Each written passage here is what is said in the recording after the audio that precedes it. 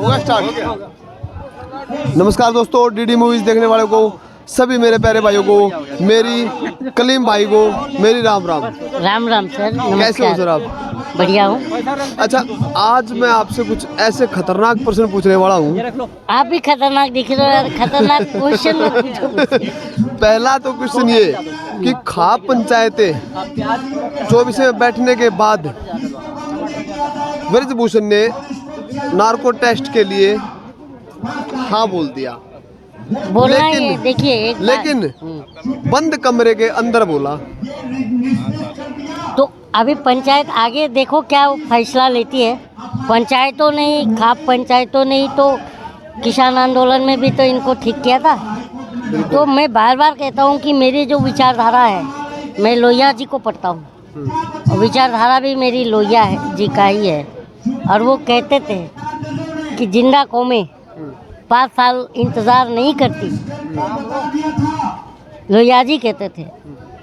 और ये जो मैं बार बार कह रहा हूँ कि कोई भी बेटी हो देश की, उसके साथ अगर गलत हो रहा है तो ये पूरे देशवासियों के लिए ही भी ठीक नहीं है। क्योंकि देखिए, मैं तो शायर हूँ नहीं।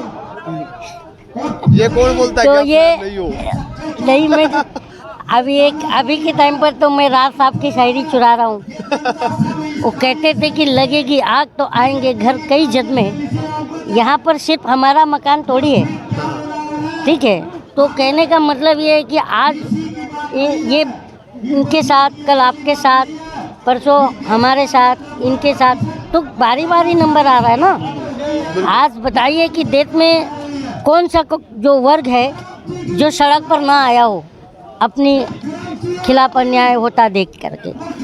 तो ये चीज़ है। एक बात कलीम भाई, जहाँ हमारे हरियाणा के बूढ़े जो खंडगाड़े जो किसान हैं, आप महाराष्ट्र से हो, आपको फिर भी पता है अगर वो अपनी पे आए तो इस सरकार के साथ क्या कर सकते हैं। देखिए, किसान सिर्फ हरियाणा में नहीं होते हैं, नहीं, मैंने किसान पंजाब में भी होते हैं, किसान महाराष्ट्र में भी होते हैं, किसान यूपी में। अभी देखिए, ये यूपी में किसानों के साथ हुई है जो अभी चल रहा है, जिसमें 11 किसानों को मैं सुनने में आया कि उनको अंदर डाल दिया गया और रात को घर में भी मतलब उनको प्रताड़ित किया गया। तो किसान जो है ना, मैं बार बार कहता हूँ, किसानों पर अत्याचार मतलब बहुत बड़ा एक अपराध है, मैं मानता हूँ। वो इसलिए कि वो अन्नदाता हैं। अगर वो अपने दिन रात, सर्दी हो, गर्मी हो, बरसात हो, अपने खेतों में डटे रहते हैं। और कितना खतरा रहता है आपको भी पता है बाजी। मैं भी किसान का बेटा हूँ बाजी। तो आपको पता होता है, मेरे को कि रात दिन जंगली जानवर, सांप, बिच्छू, सबको भी वो नज़रअंदाज कर करके वो फसल को रखवाली करते हैं। तो फसल को काट कर लाते हैं, बाजार में आता है, फिर हम जैसे लोग जाके खरीद कर लाते हैं, तब तो हमारे परिवार का पेट भरता है। उसी तो फसल से, तो हम अन्नदाता कहते उसी हैं। फसल से ये पहलवान पैदा होते हैं। तो हम आज, मैं भी आपसे बैठ के जो आवाज़ें निकल रही है, वो किसान की तो फसल खा के निकलती है। जब पेट में दाना नहीं रहेगा, जैसे बोल रहे हैं ना शौचालय, तो जब खाएगा नहीं इंडिया तो जाएगा कैसे इंडिया? तो वो बात है। तो आप नहीं रहोगे तो शौचालय भी कहाँ बचेगा? कलीम भाई, मैं ये पूछ रहा हूँ कि जहाँ 28 तारीख का डर क्या सरकार के मन में घुस देखो, चुका है? सरकार कभी भी, मैं एक ही बात बोलता हूँ, सरकार को डरना ही चाहिए। क्यों? इसका एक रीज़न है, सरकारें जनता से डरनी चाहिए। आज उल्टा हो गया है, जनता सरकार को डरा रही है। तो लोकतंत्र में मजबूत तब दिखता है जब सरकारें जनता से डरे। क्योंकि हम जनता को सरकार नहीं बनाती, हम जनता सरकार बनाते हैं। तो ये हम कलीम भाई, आज सुबह की एक पोस्ट मैंने देखी जहां मोदी जी के पैर कोई विदेशी छू रहा है और उसको बोला गया कि ये मोदी जी की इज्जत नहीं है, पूरे भारत की इज्जत है। लेकिन पूरे भारत की इज्जत जहाँ पूरा भारत देख रहा है, हमारी बहन बेटियां रोड के ऊपर बैठी हुई हैं और वो कोई नॉर्मल नहीं, वो ओलंपिक में मेडल लाने वाली हमारी बहनें हैं।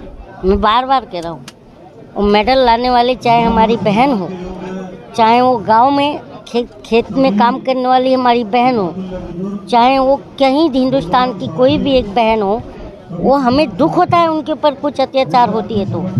अभी हम मध्य प्रदेश में देखें कि 13 के 14 साल के एक बच्ची को जो है मोटरसाइकिल पर उसका शव लेकर के परिजन जा रहे थे। आपको दुख नहीं हुआ पाजी? आपने देखा वो चीज़? तो ये देखिए, मैं यही कह रहा हूँ कि ये सब चीज़ें नहीं होनी चाहिए। देखिए, देश तब सशक्त होता है जब हम जनता मजबूत रहे। मोदी जी ने तो ये ऐलान किया कि जहाँ भी बेटों के साथ रेप होगा वहाँ उनको फांसी की सजा होगी, लेकिन इस भारत में हर 6 मिनट के अंदर एक आपको क्या रेप लगता होता है। है? आपको क्या लगता है हमारे प्राइम मिनिस्टर जो कहते हैं वो करते हैं? ये तो जनता बताएगी। आप जनता नहीं हो? मैं जनता हूँ, लेकिन मुझे ये पता कि मेरी बहनें रोड पे बैठी हुई है। तो आपको दुख है? दुख नहीं, मैं अगर अपने वाली पे हूँ तो मैं मोदी को मेरी ही मार बात, दूँ। एक बात सिंपल सी बात है, दुख सभी वर्ग को है। अब आप जाति धर्म से नहीं जोड़ सकते हैं। नहीं। आप किस जाति से हो? मैं जाट हो। मैं क्या हूँ? मुस्लिम। मुस्लिम, हमारे पाजी क्या है? सिख है। कोई ईसाई होगा। ये पंडित जी हैं, ब्राह्मण है। तो बताइए हम सबका रिश्ता क्या है? मैं आपको क्या बोलता हूँ, रिश्ता नहीं है, हम भारत है। हम भारत है। हमारा कोई रिश्ता नहीं, हम भारतीय हैं, ये रिश्ता हमारा।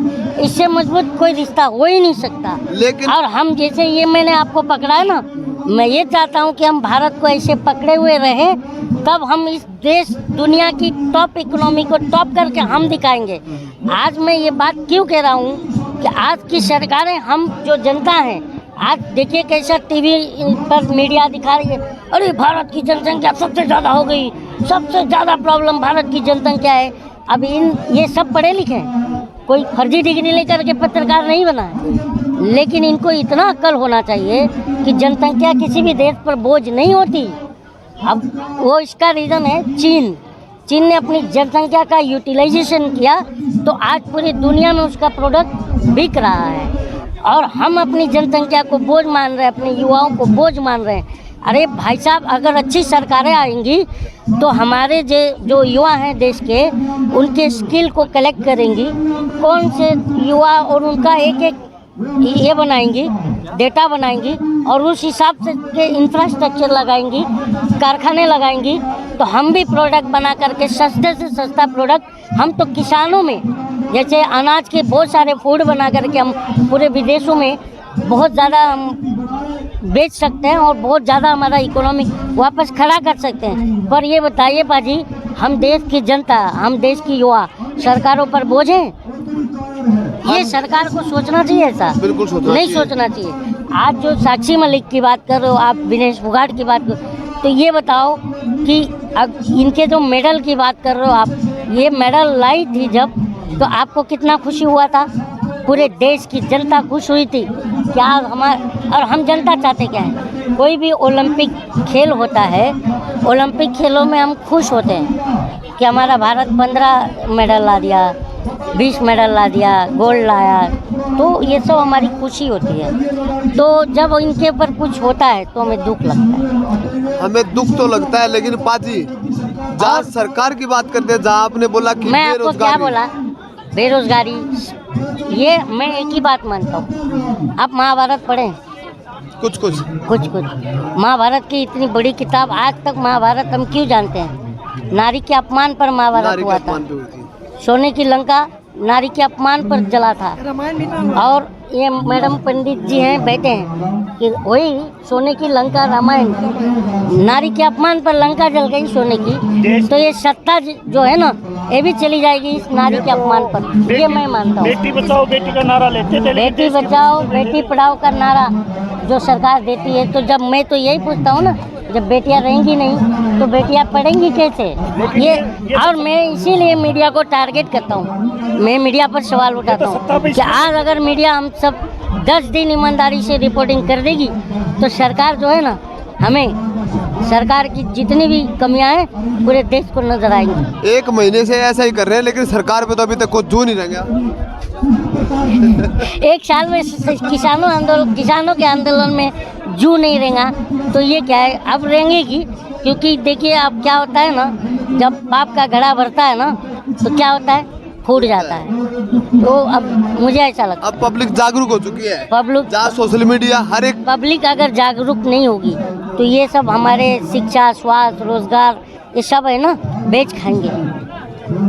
अभी भी बेच के खा रहे हैं, लेकिन अब जो है पब्लिक जागरूक हो चुकी है, अब किसान जाग चुका है, फौजी जान चुका है, रोड पे बैठ बैठ के। दिखा रहे हैं जो मोदी मीडिया है, ये आज तक कोई खबर नहीं दिखा रही। गोदी मीडिया। एक बात बताता हूँ, सच जो है ना अपना रास्ता ढूंढ लेती है, ठीक है, चाहे वो सच को रास्ता दिखाने की ज़रूरत नहीं होती, ठीक है, तो सच हम जनता तक पहुँची जाती है आप लोगों के माध्यम से। गोदी मीडिया अभी क्या है, सत्ता भक्ति में लगी है, करने दीजिए भाई। तो क्या क्यों बार बार कह रहा हूँ कि जब चुनाव आएगा तो ये गांव में घुस नहीं पाएंगे। मोदी मीडिया हजारों रैली करती है, करोड़ों रुपए मोदी मीडिया के लिए शोरूम लगाए जाते हैं, और उसको सिर्फ मोदी को दिखाने के लिए। आज हमारी बाण बैठी हुई है यहाँ पे, इतनी धूप में, मच्छरों में, मक्खियों में, और दिन में तो गर्मी हम पड़ती है। ये लोग भी कह रहे हैं ना कि जो नेशनल मीडिया है वो इनकी, हम बोल रहे हैं कि इनकी बात नहीं रख रही है, जबकि ये रखना चाहिए। आज पूरी दुनिया में इनकी आवाज़ नहीं गूंज रही होगी, मीडिया, इंटरनेशनल मीडिया रिपोर्टिंग नहीं हो रही होगी, होती है। तो मेरा यही कहना है कि हम अब जो भी है सरकार अब जाने वाली है, क्योंकि नारियों का अपमान जब होता है ना तो ये बहुत बड़ा पाप है, ठीक है। मैं बताया ना अभी एग्जाम्पल, तो बहन बेटी, हम भारत के लोग जो होते हैं ना, ये हम क्या मानते हैं कि दुश्मन की भी बेटी हो ना, उसके अच्छे भविष्य के लिए कामना करना चाहिए। तो ये हम मानते हैं भारत के लोग। जिस माँ से हम पैदा होते हैं वो भी एक बेटी ही है, वो भी एक सर, औरत ही है। आपका पॉइंट ऑफ व्यू सर अलग हो सकता है, मेरा पॉइंट ऑफ व्यू अलग हो सकता है, इनका अलग हो सकता है, इनका अलग। तो अनेकताओं में एकता, ये हमारे भारत की पहचान है। जहाँ नारी सम्मान बोला जाता है इस देश में, उसी नारियों देश को में हमारे देश में पूजा जाता है, पूजा जाता है, उसी देश इसीलिए में। तो मैं कह रहा हूँ ना कि नारी का जब जब अपमान हुआ है तो इतिहास में सरकार क्या राज्य पलट गई है, अच्छे अच्छे राजा पलट गए हैं। तो ये 5 साल वाली क्या है, मेरा यही है।